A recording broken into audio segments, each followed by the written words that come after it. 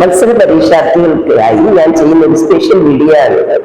എങ്ങനെ നിങ്ങളുടെ ഇമോഷൻസിനെ സ്ട്രെസ്സിനെയൊക്കെ നമുക്ക് മാനേജ് ചെയ്യാൻ പറ്റും എക്സാം ടൈമിൽ എന്നുള്ളതാണ്. ചില ഇമോഷണൽ റെഗുലേഷൻ മെത്തേഡ്സുകളാണ് ഞാൻ നിങ്ങൾക്ക് ഇതിലൂടെ പരിചയപ്പെടുത്തുന്നത്. അപ്പൊ നമ്മുടെ മത്സര പരീക്ഷാർത്ഥികളെല്ലാം തന്നെ കടന്നു വരും. അവൻ എന്നോടൊപ്പം നിങ്ങൾ ഇതിൽ പങ്കുചേരാനായിട്ട് ശ്രമിക്കുക. നിങ്ങൾ എത്ര തന്നെ പഠിച്ചു ഒരുങ്ങിയാലും മത്സര പരീക്ഷകളിൽ വിജയിക്കണമെങ്കിൽ നിങ്ങളുടെ മൈൻഡ് നിങ്ങളുടെ കൈകളിലായിരിക്കണം. നിങ്ങൾ പറയുന്നത് കൂടെ നിങ്ങളുടെ മൈൻഡ് പ്രവർത്തിക്കണം.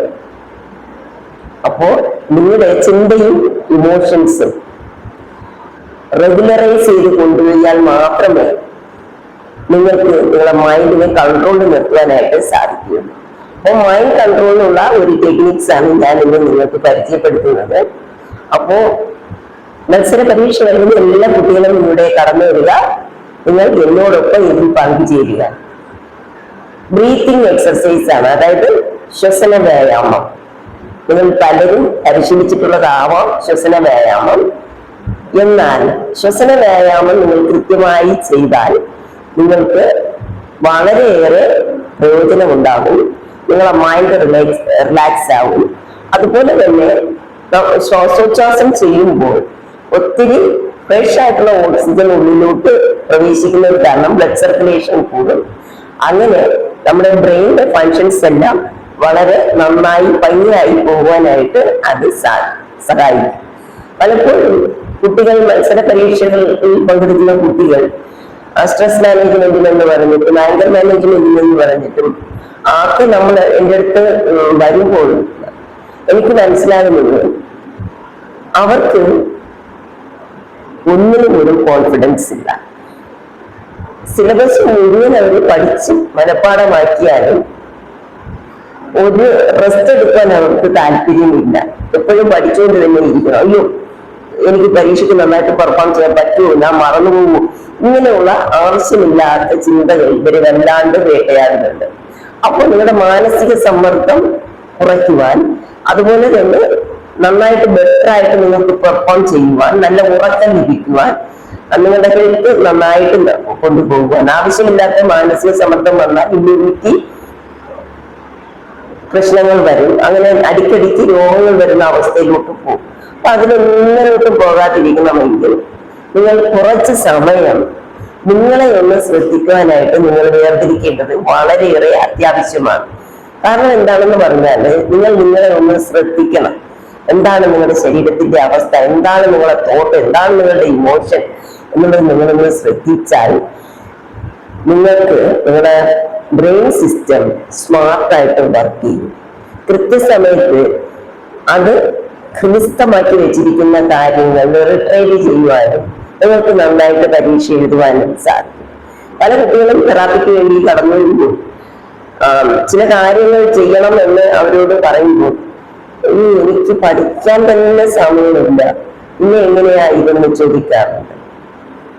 നിങ്ങൾ 24 മണിക്കൂറും പഠിച്ചിട്ട് നിങ്ങളെ മൈൻഡ് റിലാക്സ്ഡ് അല്ലെങ്കിൽ നിങ്ങൾക്ക് ബെറ്റർ റിസൾട്ട് കിട്ടത്തില്ല. നിങ്ങൾക്ക് എത്ര നോളജ് ഉണ്ടെങ്കിലും അത് റീപ്രൊഡ്യൂസ് ചെയ്യുവാനുള്ള കപ്പാസിറ്റി ആ എക്സാം ടൈമിൽ പോയി കിട്ടും. നിങ്ങളുടെ പെർഫോമൻസ് അവിടെ ഡിമിനിഷ് ആയിക്കൊണ്ട് പോകും. അപ്പോൾ നിങ്ങൾ പഠിക്കുന്നതിനൊപ്പം തന്നെ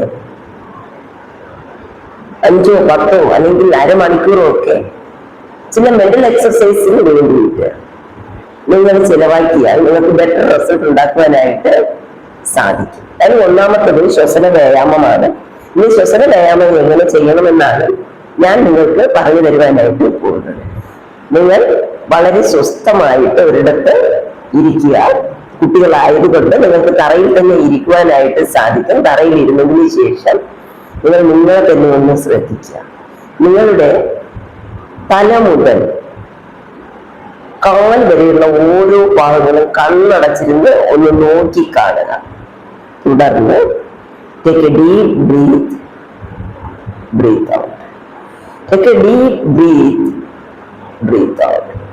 Take a deep breath, breathe out. ഒന്നുകൂടെ റിലാക്സ് ആയിട്ടിരിക്കുക.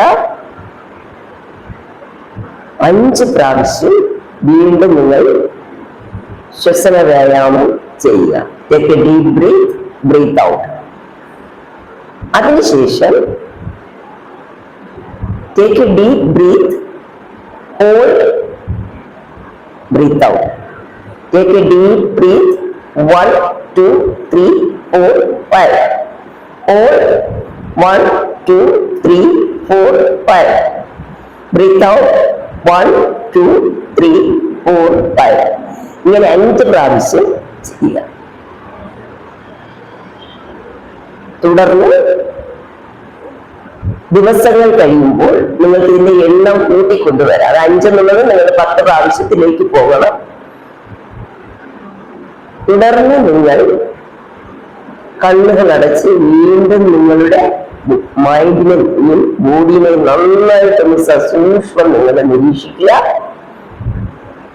അതിനുശേഷം നിങ്ങൾ എഴുതി തയ്യാറാക്കി വെച്ചിട്ടുള്ള പോസിറ്റീവായിട്ടുള്ള അഫർമേഷൻസ് നിങ്ങളുടെ മനസ്സിൽ നിങ്ങൾ ഉരുവിടണം. അതായത് നിങ്ങൾക്ക് ഇത്ര മാർക്ക് ലഭിക്കണം,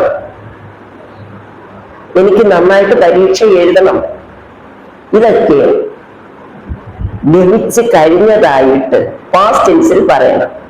അതായത് എനിക്ക് 650 സ്കോർ ലഭിച്ചിരിക്കുന്നു, ഞാൻ പരീക്ഷയ്ക്ക് നന്നായിട്ട് പരീക്ഷ എഴുതിയിരിക്കുന്നു.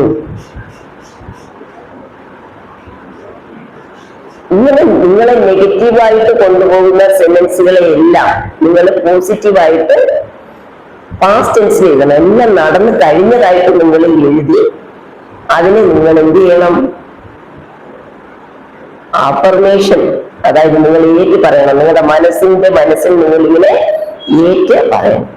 റിപ്പീറ്റ് ചെയ്തൊരു കാര്യം നമ്മൾ പൂർണ്ണ മനസ്സോടുകൂടെ, പൂർണ്ണ ആത്മാവോടുകൂടെ, പൂർണ്ണ ശക്തിയോടുകൂടെ പറയുമ്പോൾ